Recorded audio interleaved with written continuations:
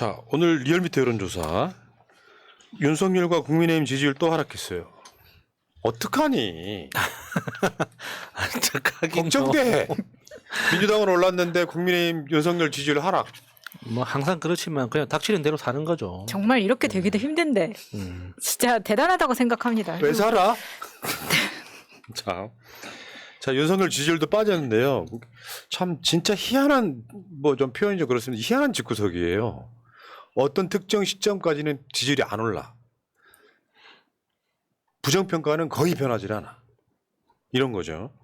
자, 어쨌든 민주당은 지금 민주당 내 혁신위원장 논란 뭐 여러 가지 악재에도 민주당 지지율이 올랐다는 게 핵심이에요. 그래서 여야, 그러니까 국민의힘하고 민주당하고 격차가 오차범위 밖으로 나갔다. 어떻게 할 거예요? 그거?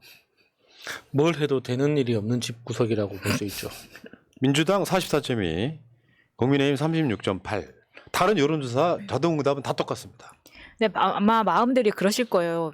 아니 나도 답답한데 민주당이 답답한데 지지율이 빠지지 않아. 그래서 다들 놀라고 있는 겁니다. 그러면서도 안심이 되고 민주당을 지켜야겠다는 생각이 더 든다 이런 이야기 많이 하시더라고요. 그러니까 저는 이런 얘기 드리고 싶어요. 지금 여론조사 것도 한번 보시면은 대략 흐름은 똑같아요. 자동응답 같은 경우는 49% 나오고 국민의힘 40.6% 정도 나오는데 문제는 이게 지지층이 이게 무슨 별 문제 있는 건가? 뭐 혁신위원장 논란이든 뭐 김남국 논란이든 있는 건가? 하고 붙어주긴 해요 지금. 이 다음부터는 민주당 몫이야. 예. 민주당이 어떻게 하느냐의 몫인데 우리가 생각하는 그 바람직한 방향으로 가고 있는 것 같진 않아요 현실적으로. 자, 근데 오늘 나름 좋은 소식이 있었죠. 윤관석, 이성만 의원 체포동의안 부결됐습니다. 근데 이 부결된 게 저는 굉장히 잘한 거라고 생각을 하거든요. 조중동의 눈으로 보면 뭐 국회의원 기득권 민주당이 내로남불 할지 모르겠지만 이 골 때리는 게 부결된 이유를 전문가들은 그렇게 분석해요. 한동훈의 태도. 그 싸가지 없음. 현장에서 쟤 보고는 내가 체포동의안 찬성 죽어도 못하겠다. 마음이 바뀐 의원들이 있을 것 같아요. 진짜. 뭐 그것도 뭐 굳이 틀렸다고 보기는 어려운데 한몫했을 테니까 그 기분 나쁜 태도가. 그런데 이게 지금 검찰이 무소불위의 어떤 권력을 휘두르려고 하는 그 태도라는 게 얼마나 위험한지는 이게 민주당뿐만 아니라 국민의힘 의원들도 그 불안감은 다 느낄 거거든요. 맞아요. 그 불안감이 여당 기획수사도 마음먹으면 할 수 있겠구나 싶은 불안감이 본인들한테도 있었을 거라고 생각해요. 제가 계속 얘기하고 있습니다. 이렇게 하나 둘씩 내주기 시작하면 계속 들어온다고. 그래서 민주당이 세워야 될 원칙이 하나 있는 거예요. 최소한 검찰의 정치 보복성 조작 수사는 일단 내용을 떠나서 부결시키는 게 맞아요. 그게 민주당 지지층들이 더 몰려들게 만드는 건데 만약에 예를 들어서 차원도 그런 거예요. 이재명 대표 체포동의안도 부결됐는데 이성만, 윤관석 의원도 만약에 가결됐다. 그러면 갈라치기 용도로 쓰이기 좋은 데다가 계속 저렇게 부결시키면서 하나 둘씩 쳐내고 나가야 되는데 문제는 결정적인 건 뭐냐면 제대로 된 증거가 없다는 겁니다. 오늘 한동훈이 또 부스락 소리 이런 얘기를 했었잖아요. 예. 아주 지랄을 하세요 진짜. 그럼 부결시키는 게 일단 맞고요. 거기에 무슨 돈봉투 20명 연결되어 있는 사람도 투표를 하는 게 말이 안 된다 이런 식으로 이야기를 하니까 저는 그 20명이 특정이 된 것도 아닌데 저렇게 법무부 장관이 나와서 저런 말을 해도 되나 진짜 새삼 놀랐습니다. 어쨌든 체포동의안 그 부결 잘 시켰고요. 민주당이 이렇게 싸워야 돼요. 뭐 수박이든 호박이든 멜론이든 워터멜론이든 참외든 뭐든 간에 모든 과일들은 똘똘 뭉쳐가지고 일단 막아내고 내부터 지지고 먹고란 말이야. 그렇죠. 결국에는 과일 아닙니까? 그럼 예. 그리고 이제 무엇보다 가장 중요한 거는 자꾸 언론이나 저쪽에서 얘기하는 그 방탄국회라는 프레임에서 이제 벗어나서 아니 윤석열은 계속 지금 거부권 행사하고 있는데 우리는 의석이 깡패라고 하는 국회에서는 왜 거부권 어떻게 이렇게 부결시킵니까? 예. 우리 해야 된다고 생각합니다. 근데 안타까운 것도 있었죠. 정청래 최고위원이 행안위원장 안 맡게 됐다는 거. 그건 정청래 의원이 양보한 거예요. 예. 선당 후사 이렇게 지지고 먹으니 내가 양보하겠소. 이번에 또 양보합니까? 정청래 의원님 진짜 살이 나올 것 같아요. 자, 페이스북 읽어주세요. 정청래 입장문. 오늘 의원총회에서 정청래 행안위원장은 배제하는 것으로 결론이 났습니다. 박강원 원내대표의 의총 결과 발표 직후 의총장에서 그리고 언론에 이렇게 말했습니다.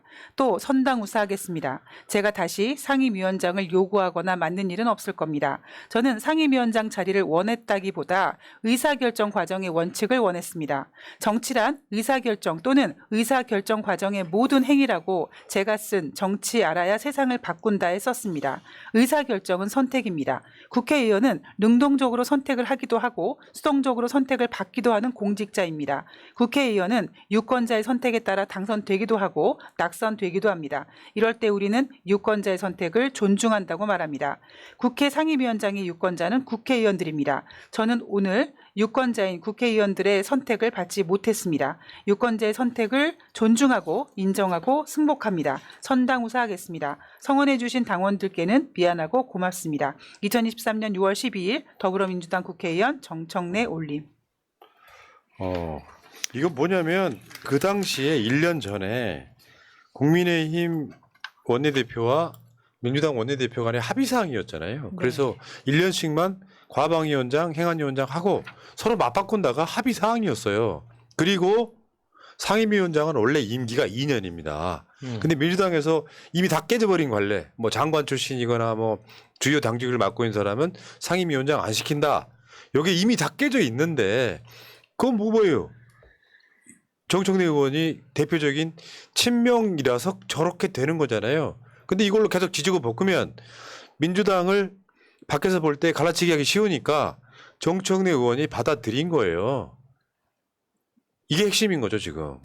참 짜증나는 게 세단에서도 그렇고 그 청원에 우리가 막 그 인원 채우기 위해서 얼마나 많은 당원들이 노력을 했습니다. 당원 가입도 하고 그랬는데 지금 이재만 님이 그렇게 댓글을 알려주는데 청원하면 뭐 하냐고 정말 속상합니다. 이런 부분에 있어서. 근데 그 청원은 사실 그 우리가 정말 최단기간 정청래 의원에 대한 청원에 5만을 달성을 했어요. 그거는 그 당원들의 그 의지가 어떤 것인지를 진짜 크게 보여준 거라고 생각하기 때문에 그거는 정청래 의원님한테는 큰 힘이라고는 생각이 들지만 또 한편으로는 야, 그렇게 청원했는데 이렇게 된다는 게 당원 입장에서는 열받을 수밖에 없는 거거든요. 근데 열받을 수는 있는데 이제 우리가 절대로 꺾이지 말아야 하는 건 그러니까 민주당 내의 어떤 문화적 현실이 이것이다라는 걸 우리가 아는 게 중요합니다.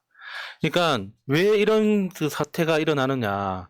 민주당을 그 좀먹고 있다고 저는 보는데 정말 밑에 깔려있는 무서운 문화 중에 하나가 저놈은 나보다 잘난 꼴을 못 보겠다는 그 시선이 항상 깔려있거든요. 그렇더라고요. 그러니까 누구 하나가 도드라져서 그러니까 조금 더 주목받거나 그러니까 사람들한테 사랑받거나 하는 것 자체를 용납을 못하는 민주당 문화가 있습니다. 그러니까 그걸 바꿔내기 위해서는 국회의원한테 뭐라고 할 수가 없는 거거든요. 예. 이미 그런 인간들끼리 국회의원을 하고 있으니까.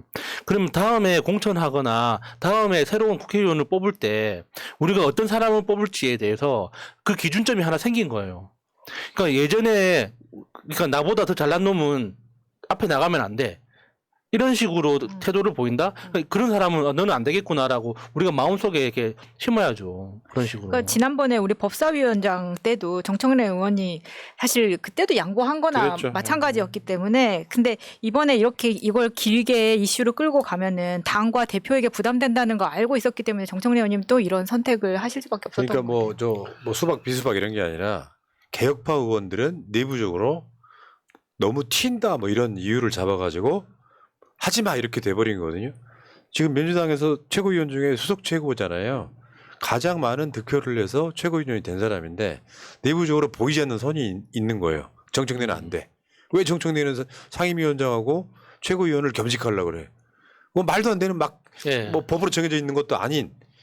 그러니까 그 당시에 상임위원장 됐을 때는 최고위원이 아니었잖아요. 그래서 최고위원 되기 전에 2년짜리 임기지만 그 당시에 민주당이 뭐 18개 상임위원장 다 가졌다가 배분하는 과정에서 과방위원장과 행안위원장을 1년만 하고 맞바꾸자 했으면 다시 장제원은 그렇게 갔잖아요.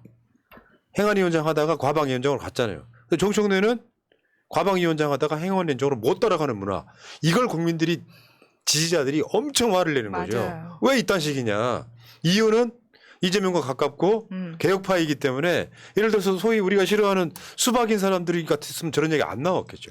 그 저런 합의가 이행이 되지 않는다면 정청래 의원님이 다시 과방위 1년 더 해야죠. 원래 2년 임기인데 예. 이런 게 어디 있습니까? 그러니까 희한하단 말이에요. 그저 원내대표들이 말 뒤집어 버리는 거죠. 이번에도 저 후쿠시마 관련한 청문회 하기로 했는데 바로 하기로 했는데 합의는 했어. 그랬더니 돌아가서 얘네들이 그걸 또 뒤집어. 그래서 IAEA 발표 뭐 후회하자. 뭐 IAEA 발표하면 일본은 옳지 하고 방류할 텐데.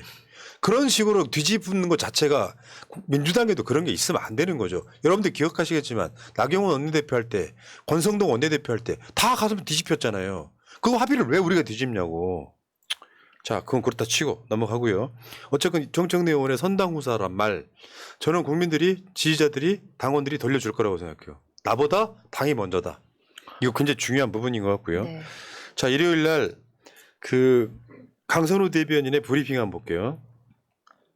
이재명 당대표는 총선을 앞두고 출마자 또는 당원을 대상으로 당의 단합을 해치는 과도한 언사와 상대의 의견을 인격을 훼손하는 모욕적 발언은 부적절하다.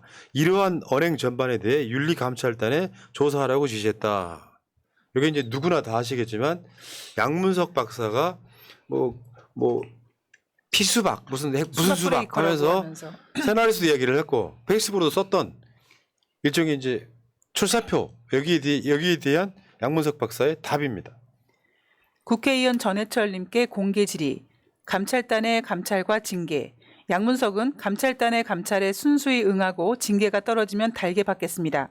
전해철, 홍영표 의원 등을 수박의 뿌리요 줄기요 그 자체라고 공격한 게 결코 당의 화합에 도움이 되지 않음을 잘 알고 있기에 어떤 징계라도 기꺼이 수용하려 합니다. 다만 당원들을 악성 팬덤, 정치 훌리건, 1,000원짜리 당원, 개딸 손절 운운하며 모욕하고 조롱하고 멸시한 국회의원들도 감찰 대상에 넣어야 하지 않겠습니까? 징계를 줘야 하지 않겠습니까? 당의 화합을 위해서. 몇몇 국회의원들은 수십만 명의 당원들을 조롱, 멸시하며 당의 화합을 해쳐도 되고 평당원 양문석만 국회의원 몇몇 비난하여 당의 화합을 해쳤다고 징계받으면 어째 우리가 독재 정권으로 규정한 몰상식 불공정의 화신 윤석열 대통령식 정신머리 같아서요. 장관 출신 삼성 국회의원 전해철님은 평당원 양문석의 의견에 대해 어떻게 생각하는지요? 전해철님이 나서 민주당 지도부에 몇몇 국회의원들의 당원을 향한 망언도 감찰하고 징계하여 공정과 상식으로 세우라고 건의할 생각은 없으신지요? 2023년 6월 12일 더불어민주당 평당원 양문석 드림. 그러니까 사실 정말 험지 나가서 계속 떨어졌던 가장 내가 봤을 때 민주당에서 가장 계획적인 사람은 양문석이에요. 근데 그 수박이라는 용어가 동원돼서 일종의 이제 출마 선언 같은 걸 한 거잖아요.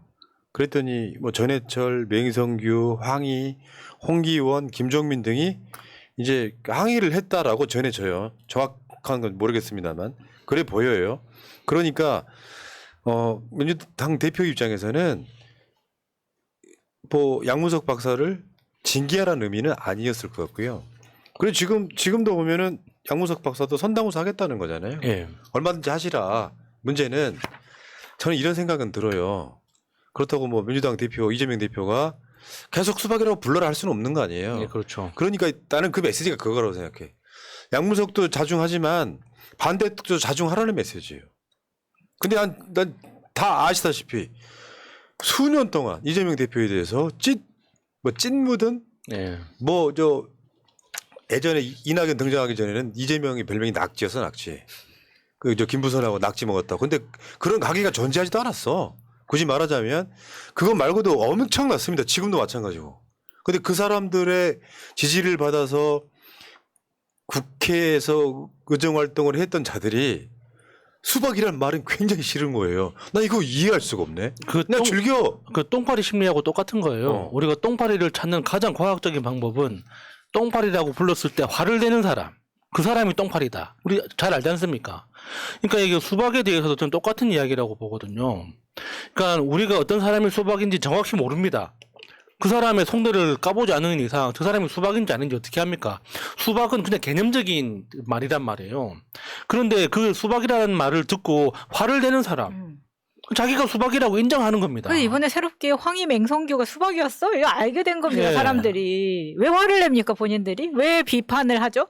아니 수박이란 말도 못 참아요? 지금까지 몇 년을 이재명은 그렇게 참아왔는데 이 부분에 있어서 만약에 지금 이 대변인 브리핑대로 윤리감찰 조사를 한다면 이거는 수박뿐만이 아니라 찌도 같이 해야 된다는 거죠. 그럼요, 같이 하라고. 네. 거기다가 당원들 보고 훌리건이라고 강성 당원 뭐 이렇게 비난했던 사람들도 다 같이 감찰 받아야 되는 거죠. 그렇습니다. 개딸에 대한 비하 폄하도 마찬가지입니다. 근데 그런 거지.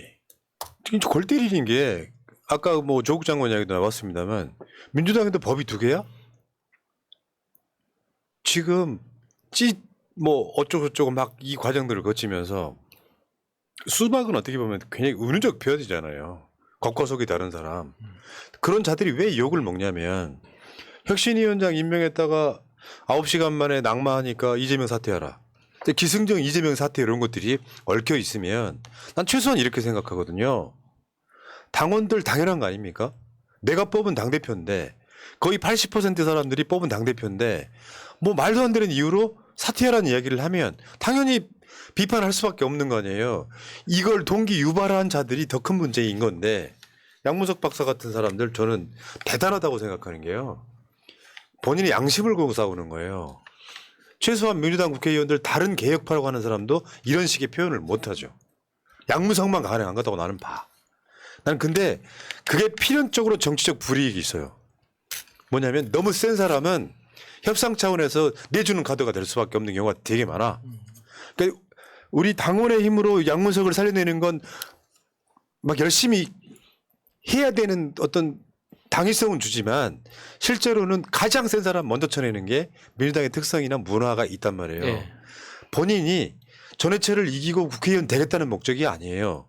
본인이 그런 메시지를 내므로써 숨죽여 있던 샤이 반수박들이 일어나라는 메시지가 훨씬 더 강합니다. 제가 봤을 땐 그래요. 다른 데는 후배들이 다 지역구 도전을 하고 있어. 봤더니 전해철 지역구만 도전자가 없어. 그런데 메시지를 세게 해야 언론들이 써줄 거 아니에요. 언론들이 많이 써줬어요 이번에. 네. 양문석 박사 전해철 지역구 나간다고. 그랬더니 전해철 등이 보고 있다가 날수박이라고 그래? 이거 문제 삼아. 뭐 이런 방식으로 가는 건 너무 유치해.